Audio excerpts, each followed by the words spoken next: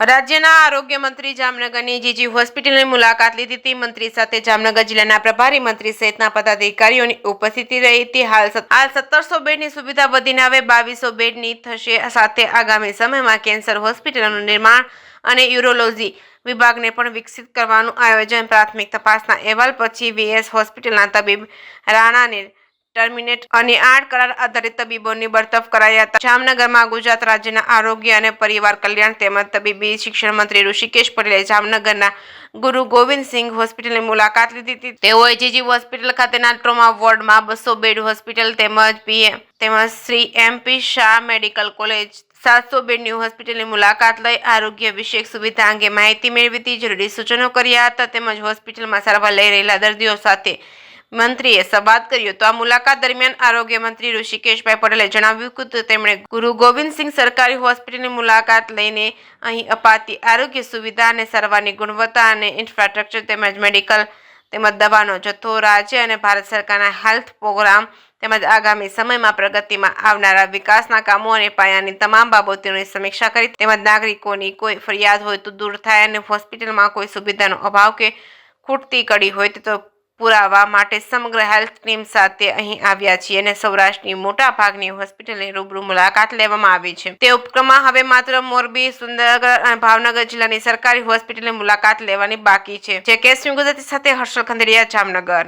છેલ્લા 2 દિવસથી સૌરાષ્ટ્રના પ્રવાસે અને એમાં પણ ખાસ કરી પોરબંદર અને જામનગર આપણી સરકારી સેટઅપમાં આવેલી હોસ્પિટલ અને મેડિકલ કોલેજ એમાં નાની મોટી પાયાકીય સુવિધાઓ અને ભવિષ્યમાં પ્રગતિમાં આવવાવાળા કામો આ બધાનો એક રિવ્યૂ અને સાથે સ્ટેટ અને નેશનલ જે પ્રોગ્રામ છે એનો રિવ્યૂ અને સાથે દર્દીઓને અહીંયા કોઈ નાની મોટી હાલાકી ના પડતી હોય, મેડિકલ પ્રોસિજર સમયસર, ઓપીડી ટાઈમસર, દવાઓનો જથ્થો પૂરતો અને બાકીની મેડિકલ ઇક્વિપમેન્ટ્સની વ્યવસ્થાઓ આ બધાનો એકંદરે એક જેને કહેવાય કે સામૂહિક એવો તમામ અહીંયા જે વ્યવસ્થાઓ છે એનો એક જાયજો લેવા, એક રિપોર્ટ અને એમાં સરકાર તરફથી કોઈ ખૂટતી કડીઓ હોય કે ખૂટતી કડીઓ માટે આ અમારી મુલાકાત હતી. અને સાથે અમારા બંને કમિશનર પણ છે, સાથે અમારો PIOનો સ્ટાફ,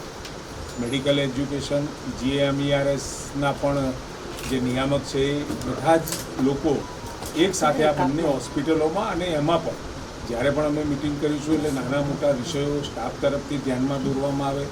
ક્યાંક અમને નાની મોટી વાત મળી હોય તો એ બાબતની ઇન્ક્વાયરી, એટલે સમગ્રતા એક હોલિસ્ટિક એપ્રોચ સાથેનો આ અમારો કાર્યક્રમ છે. અને સૌરાષ્ટ્રની અંદર આ મારો 3જો પ્રસંગ છે અને હવે કેવળ મોરબી, ભાવનગર અને સુરેન્દ્રનગર આ 3 જ વિસ્તારોમાં મેડિકલ વ્યવસ્થાઓ જોવાનો દોર બાકી રહે છે.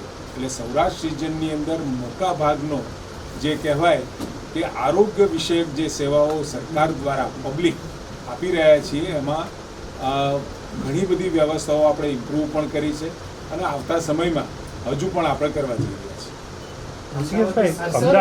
વીએસ ક્લિનિકલ ટ્રાયલ કોવિડ બાબતે શું સરકારનો સવારે પણ આ પ્રશ્ન મને પોરબંદર ખાતે પૂછાયો હતો. એ વખતે મારી પાસે વિગતો નથી, ટેલિફોનિક મેં વિગતો લીધી છે.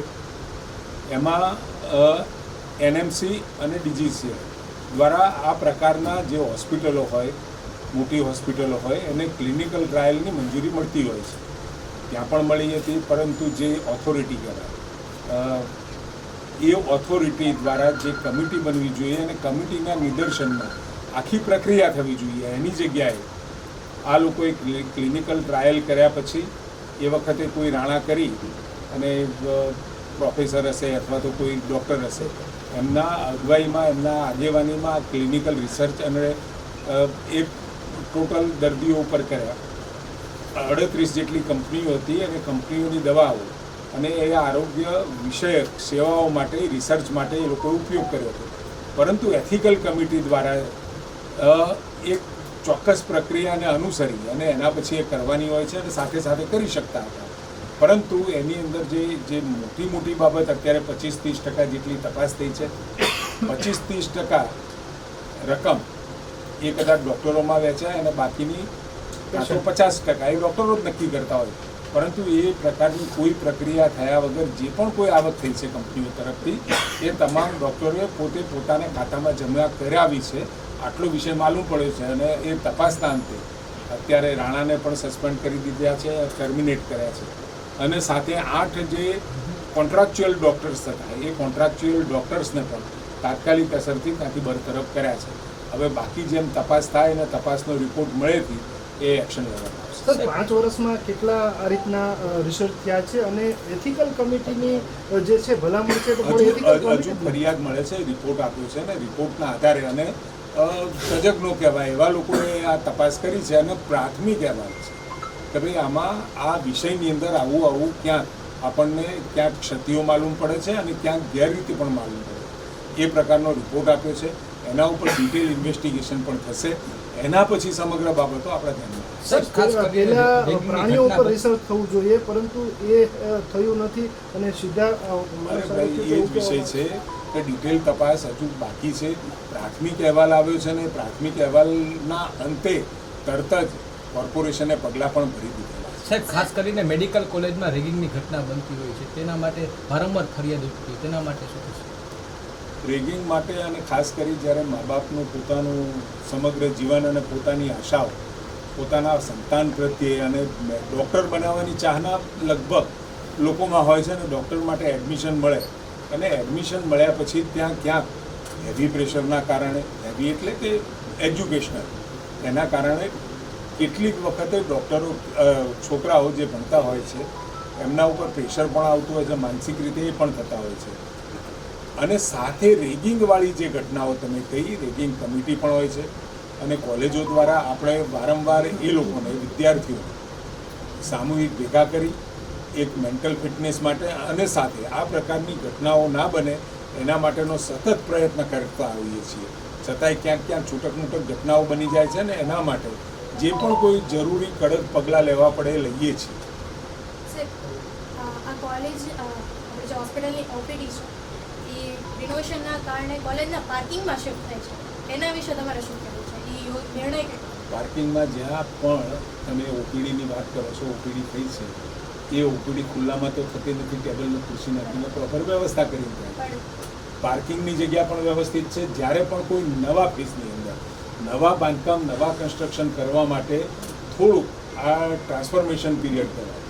એક સારી જે જૂની વ્યવસ્થાઓ હતી, જૂની વ્યવસ્થાઓમાં નવી આધુનિક વ્યવસ્થા તરફ જામનગર જઈ રહ્યું છે એટલું ચોક્કસ કહીશ.